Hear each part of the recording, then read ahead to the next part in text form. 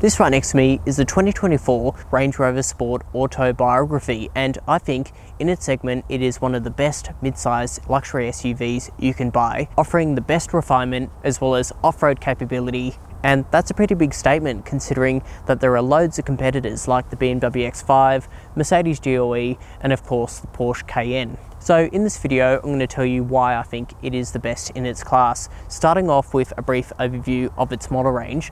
Then I'm going to run you through the pricing and optional extras. And then I'm going to talk you around the design, its interior, the technology, practicality, the powertrain, and then of course, I'm going to drive it.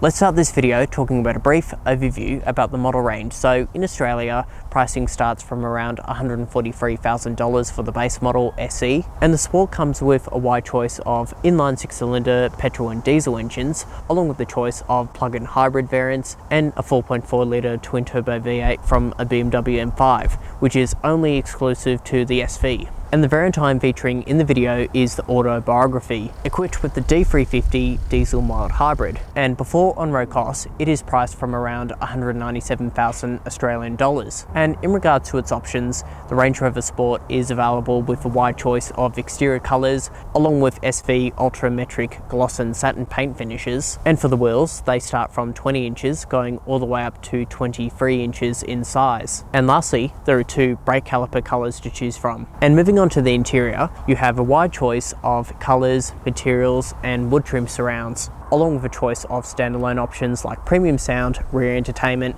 and a twin-speed transfer box high and low range. And in regards to packages, there's the comfort package, which features a fridge and acoustic laminated glass, the convenience package, which includes a power tailgate and additional practicality features, the cold climate pack, which includes heated window washers and a heated steering wheel, and finally the Stormer handling package that features configurable terrain response technology, dynamic air suspension and additional dynamic features. And lastly, a big thank you to Lennock Land Rover, who are located in Canberra, and they have allowed me to film their demonstrator for this video. And they of course have a professional sales team and stock arriving very soon. So if you want to get in contact with them, I'll put a link down in the description below. Let's now move on to the design. So the color of this example is finished off in Santorini black, and as you can see, this has been equipped with the exterior black pack. So you get black Range Rover lettering along with a gloss black grille at the front. And as you can see, like previous generation Range Rovers, it also features a clamshell bonnet. And down the bottom, the optional front LED fog lights. And in regards to its key features, you have digital LED headlights with automatic high beam assist and signature LED DRLs. And now moving towards the side view of the Range Rover Sport, as you can see, it has frameless window surrounds, so visually that makes the car look more streamlined and modern. And in regards to the wheels, this particular car has been optioned with the 23-inch diamond turned wheels that are complemented by gloss dark grey inserts, along with the optional red brake calipers. And being equipped with the exterior black pack, the side vent is finished off in gloss black, and on the windows it is also fitted with the optional privacy glass. And if we move towards the rear design of the Range Rover Sport, from the back it features full LED tail lights with animated directional indicators, and being equipped with the exterior black pack, you have black Range Rover badging, body coloured roof spoiler up the top, along with a rear diffuser down the bottom. And in regards to towing, this particular car has been optioned with an electronically deployable tow bar that pops out down the bottom, with a brake towing capacity of 3.5 tonnes. And lastly, styling is subjective, so write down in the comment section below of what you guys think of the Range Rover Sport. Let's now move on to the cabin inside the Range Rover Sport. So it features a remote key, keyless entry and push ignition start. And if you don't close the doors properly, they also feature the self-close function. Let's now move on to the dashboard layout. So you have a floating screen in the center, and overall it does feel just as luxurious as the bigger Range Rover. And instead of a 4-spoke wheel, you get a 3-spoke leather wrapped steering wheel. And being an Autobiography, it does feature extended leather throughout the cabin, on top of the dashboard, along the center, and even on places where you normally would find plastic. And down the bottom, SV bespoke carpet mats. And there is also a suede Alcantara roof lining, along with a panoramic glass sunroof. And towards the center and the doors, it is complemented by the black veneer wood trim. You also get a soft leather armrest and soft padding on top of the doors, on the lower sections as well. And it also features an electronic shifter towards the center.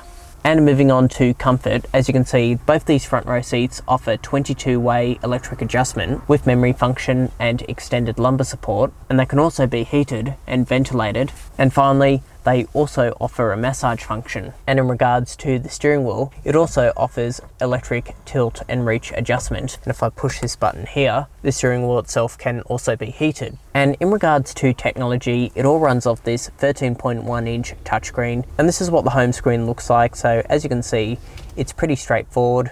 There are no physical buttons apart from the touch sensitive buttons on the steering wheel, so that means everything is controlled via the touchscreen, like your air conditioning. And when you toggle with the seat controls, another sub-menu comes up, and this system also has the ability to set up driver profiles, so you can save radio stations, certain settings and seat memory settings. And in regards to its key features, it has AM, FM and DAB radio, along with USB and Bluetooth connectivity. You could also talk to the car through the voice recognition, and it also features wireless Apple CarPlay and wireless Android Auto, and this is what the Apple CarPlay looks like. So as you can see, it doesn't take up the full screen because you do need those side menus for your main functions, but overall it blends in very well. And lastly, it also features a 19-speaker Meridian 3D sound system. And in regards to safety and assistance, you have a high-quality 360-degree camera, where you can cycle through different views, including your wheels and other additional angles around the car, and also features front and rear parking sensors, along with a rear cross-traffic alert. And there is also a special menu for parking, where you can get this car to park itself in a wide range of different scenarios. And in regards to other key safety items, the Range Rover Sport features autonomous emergency braking with traffic sign recognition, blind spot monitoring, a lane keeping assistance with a steering assist. So that means the Range Rover Sport has the ability to steer itself within its lane, adaptive cruise control and adaptive off-road cruise control. And in regards to off-road features, you have a dedicated off-road menu, so this shows you all of the relevant information. So this features terrain response 2. We can change it from grass, gravel, snow, mud ruts, sand and weight depth. And the next menu, you can adjust your ride height. And lastly, the menu after that is your weight sensing, along with a dedicated trailer menu. And for on-road driving, you have a choice of different drive modes to select as well. And looking towards the windscreen, it features a heads-up display showing me my speed traveling, speed sign recognition and map directions for the satellite navigation. And moving towards the center is a 13.7-inch digital instrument cluster, and you can also cycle through different screens towards the center and also configure the layout, so you can prioritize different menu layouts. And lastly, practicality. So on the bottom section, there is a bit of storage with a USB-C charging port, and moving towards the center, you have a hidden wireless phone charging pad. And looking towards this section, if I open this up, it reveals 2 small cup holders, and slide it open again, you've got even more storage that goes all the way down to the floor. And it's also where you're going to find a USB-C and a USB-A port. And if I lift up the center console, as you can see, that goes down pretty deep as well. And even though they have raised the center console up, you still get the traditional fold down armrest, which has been featured on Range Rovers since the 70s. The door bins themselves are pretty spacious, and they could also fit a bottle of water. And lastly, the glove boxes. So the top one is pretty spacious and also reveals a 12-volt socket, and the bottom one, again, also spacious.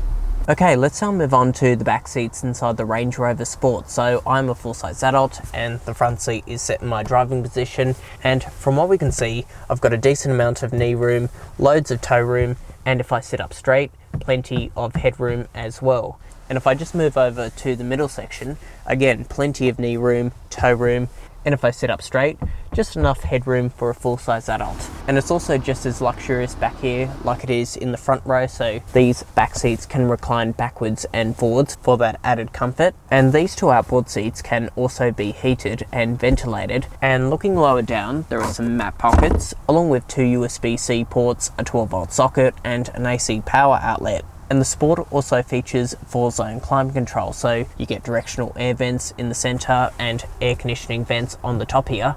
And if we look towards the center, there is a fold down armrest with 2 small cup holders and some storage. And in regards to baby seats, these 2 outboard seats are ISOFIX compatible, and right behind me there are 3 top tether points. Okay, let's now move on to the boot space. So the autobiography features a power operated tailgate, and as you can see, once that's lifted up, it reveals a nice wide opening and 835 litres of boot capacity. So that means it's large enough for a pram, a couple of suitcases, shopping bags, or any additional items you want to keep in there. You could also raise and lower the rear suspension, so when you have it lowered, it makes it easier to shove things into the boot.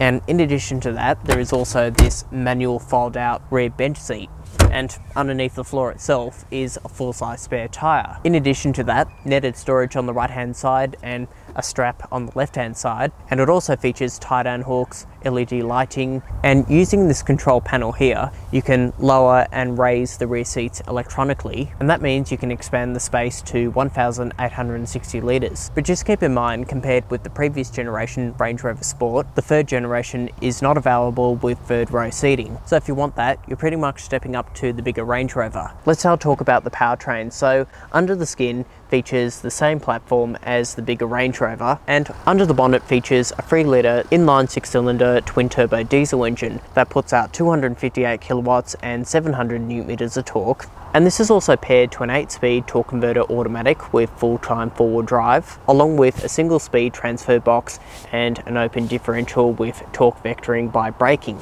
And on all 4 corners, this has been equipped with dynamic air suspension, where you can raise and lower the vehicle. And as a result, this weighs just under 2.4 tonnes. Let's now move on to the driving impressions inside the new Range Rover Sport. So sitting up front, you have a commanding driving position, as well as good visibility over the bonnet. There's also great side vision and decent sized wing mirrors as well. And lastly, great visibility out the back. So what is this car like to drive around an urban environment? Well, the steering has a nice weight to it, but it isn't too light where you don't have any sense of what the front wheels are doing. It has a turning circle radius of 10.95, so it is easy to maneuver considering that this is quite a big car. But it doesn't feel big in size where it feels overwhelming to park, and you've also got a fantastic 360-degree camera. And in regards to the refinement, this particular car is sitting on 23-inch alloy wheels, so that would be a compromise on most rivals in terms of the ride quality. Gear shifts are seamless. It's a very nice car to drive around in. It's very quiet thanks to the toughened front and rear glass this car has been fitted with, so that means there is absolutely no noise in the cabin. The adaptive cruise control is also keeping me within distance with the car in front of me. All of it works just as well as its German competitors. This is the engine that most buyers will pick, so it is, again, economical, powerful. I'll just put my foot down. It makes a really nice noise for a diesel. It doesn't feel like a diesel, in fact. It feels more like a petrol 6-cylinder, which I think is a good thing. It is sportier than the bigger, more luxurious Range Rover. I think in terms of refinement, this is the best vehicle in its class, but if you do want something a bit more sportier, then the Porsche Cayenne is also another option you can consider. And in regards to fuel consumption, Range Rover claims the Sport can achieve 7.2 litres per 100, whereas on a combined cycle, I have achieved 9 litres per 100, which is pretty fair. So with the driving impressions out of the way, let's now wrap up with a verdict. So what is my final verdict on the Range Rover Sport? In its class, it is the most refined, most off-road capable, and although it may be the most expensive, it is the best vehicle in its segment. But let me know what you think of my verdict down below. And if you gained value from my content, please give it a like, subscribe, and share this video with your friends. Really helps the channel out. But for now, I will see you in the next video, and thanks for watching.